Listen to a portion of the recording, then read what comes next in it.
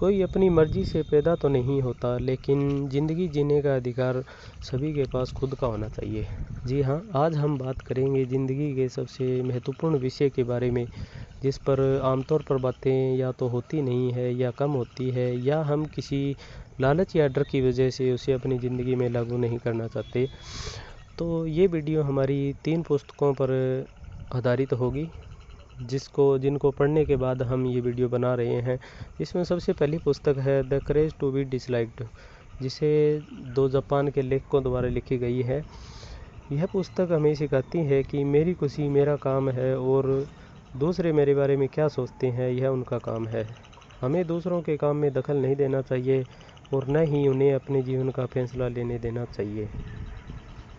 और समाज के नियम अक्सर लोगों को नियंत्रित करने के लिए बनाए गए हैं। अगर आप अपनी पसंद से शादी करना चाहते हैं तो यह आपका फैसला है। अगर समाज इससे पसंद नहीं करता तो यह उनकी समस्या है, आपकी नहीं। यह उन लोगों को आईना दिखाती है जो हमेशा दूसरों की उम्मीदों पर खरा उतरने की कोशिश करते हैं और इस चक्कर में अपनी ज़िंदगी बर्बाद कर लेते हैं। तो इससे आप यह तो समझ गए होंगे कि हम किस विषय पर बात करना चाहते हैं।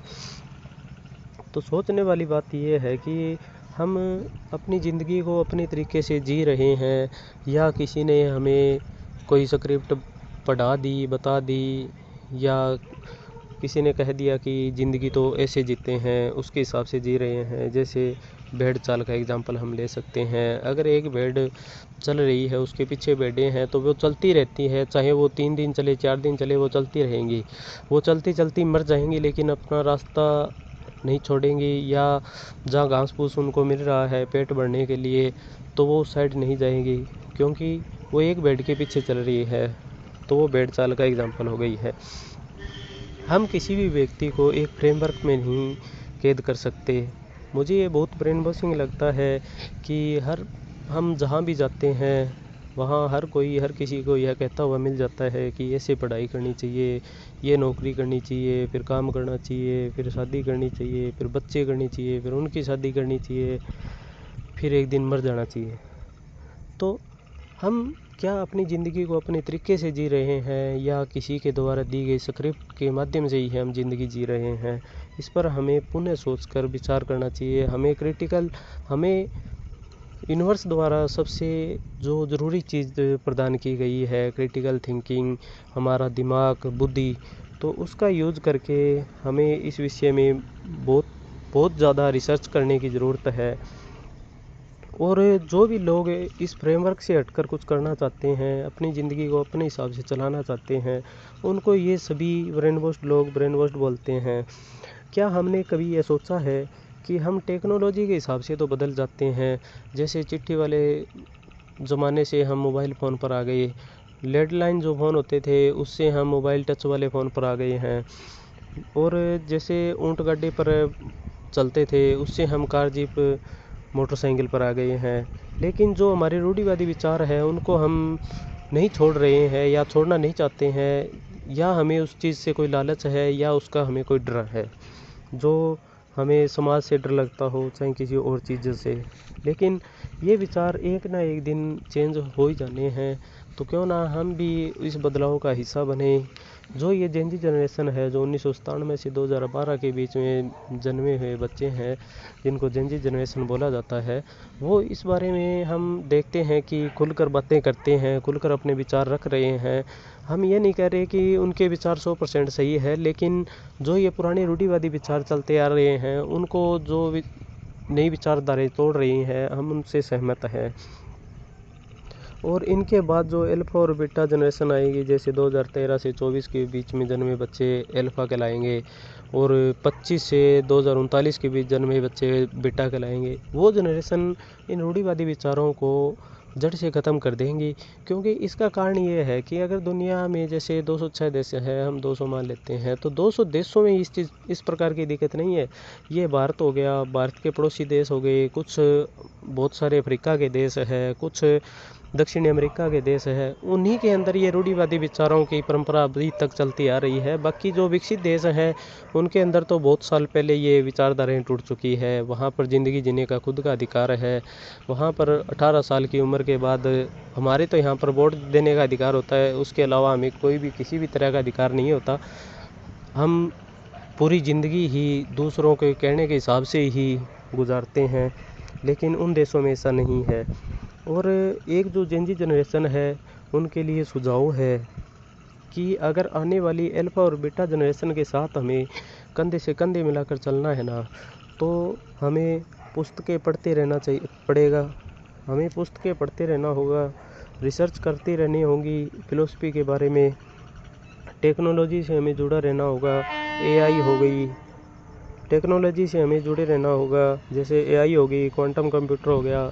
साइंस से भी हमें लगातार रिसर्च के बारे में हमें पता करता रहना होगा। जो फिजिक्स के अंदर नोबेल पुरस्कार वगैरह मिलते हैं उनकी हमें रिसर्च वगैरह करते रहनी होगी। और जैसे क्वांटम फिजिक्स वगैरह के बारे में हमें पता होना चाहिए।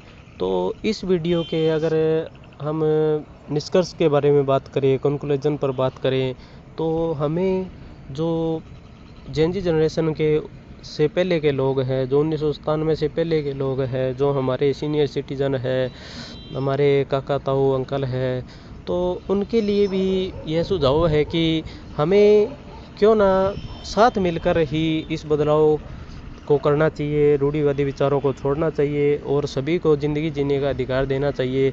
या यूँ कहें कि हम कौन होते हैं अधिकार देने वाले, सभी को अपनी ज़िंदगी अपने हिसाब से जीने का अधिकार है। आप इस विषय पर क्या सोचते हैं वह आप हमें ज़रूर बताएं।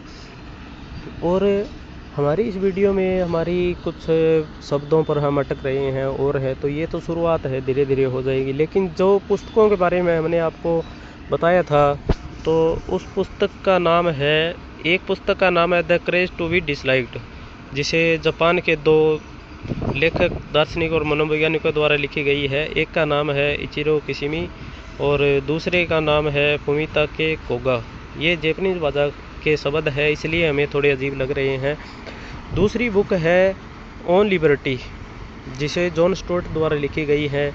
और तीसरी जो बुक है वो है द फाउंटेन हेड, जिसे एन रैंड के द्वारा लिखी गई है। यह हमें भेड़ चाल को छोड़ने के लिए सिखाती है। तो आप इन पुस्तकों को ज़रूर मंगवाएं, ज़रूर पढ़ें, क्योंकि जब तक हम खुद क्रिटिकल थिंकिंग के माध्यम से, अपने दिमाग, अपनी बुद्धि के माध्यम से किसी चीज़ के बारे में एक बार सुनने के बाद अगर उस पर रिसर्च नहीं करेंगे, उसे पढ़ेंगे नहीं, तो हम उस चीज़ पर अमल नहीं कर पाएंगे। हम जैसे सोशल मीडिया से वीडियो देखते रहते हैं, ज्ञान लेते रहते हैं, लेकिन उसको ज़िंदगी में अप्लाई नहीं कर पाते। क्यों? फिर भी हमारी ज़िंदगी वैसी ही पड़ी रहती है। क्यों? इसका कारण यही होता है कि हम ज्ञान तो लेते रहते हैं, कंज्यूम तो करते रहते हैं, लेकिन उसको ज़िंदगी के अंदर अप्लाई नहीं करते। जब तक अप्लाई नहीं करेंगे हम किसी चीज़ को समझेंगे नहीं। आपको कदम ज़रूर रखना होगा। हो सकता है आपके सामने 2 रास्ते हों, आपको नहीं पता हो सही कौन सा है, गलत कौन सा है, तो आपको एक रास्ता चूज़ करके उस पर चलना होगा। कुछ कदम चलने के बाद या कुछ किलोमीटर चलने के बाद आपको समझ में आए कि यह रास्ता सही नहीं है, गलत है, तो वहाँ से आप वापस आ सकते हैं। आपने कुछ सीखा तो है ना। अगर आप यही सोचते रहे कि कौन सा रास्ता सही है, तो आप वहीं खड़े रहेंगे। इससे अच्छा है कि अगर गलत रास्ता भी चूज़ हो रहा है, कि गलती से ही गलत रास्ता चूज़ हो रहा है, तो वो कर लेना चाहिए। तो आप इस विषय पर क्या सोचते हैं वो आप हमें ज़रूर बताएं। बाकी आप इन पुस्तकों को, तीनों पुस्तकों को मंगा कर ज़रूर पढ़ें। एक बार फिर से आपको इनका नाम बता देता हूँ। The courage to be disliked, दूसरी बुक है ऑन लिबर्टी, तीसरी बुक है द फाउंटेन हेड।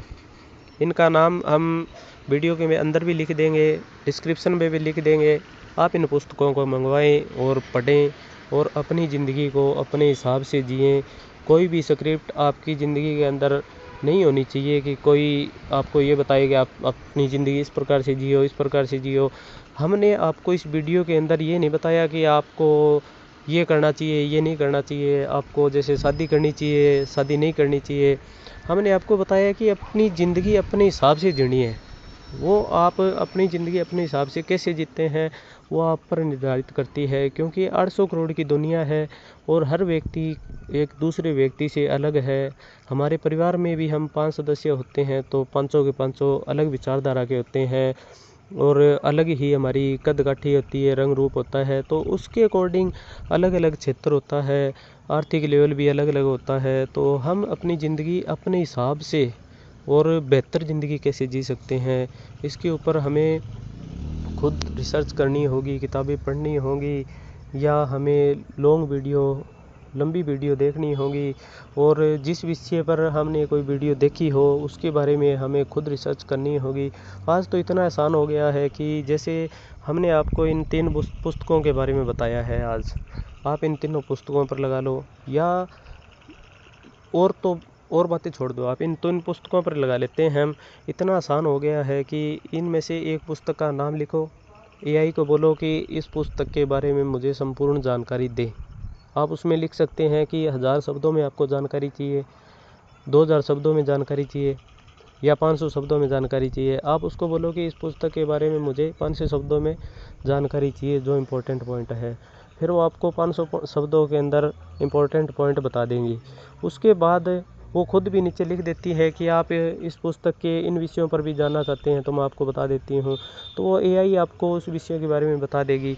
इसी तरह आप तीनों पुस्तकों के बारे में जान सकते हैं, या आप किसी भी विषय के बारे में, कोई नए विषय के बारे में सुने कहीं से या देखें तो उसके बारे में भी रिसर्च करनी हो तो उसका नाम बताओ एआई को और उसको बोलो कि मुझे इसके बारे में 500 शब्दों में या 1000 शब्दों में, 2000 शब्दों में उसके बारे में संपूर्ण जानकारी दो, तो वो आपको देगी। उसको 2-3 बार पढ़ो, उसको ज़िंदगी में अप्लाई करो।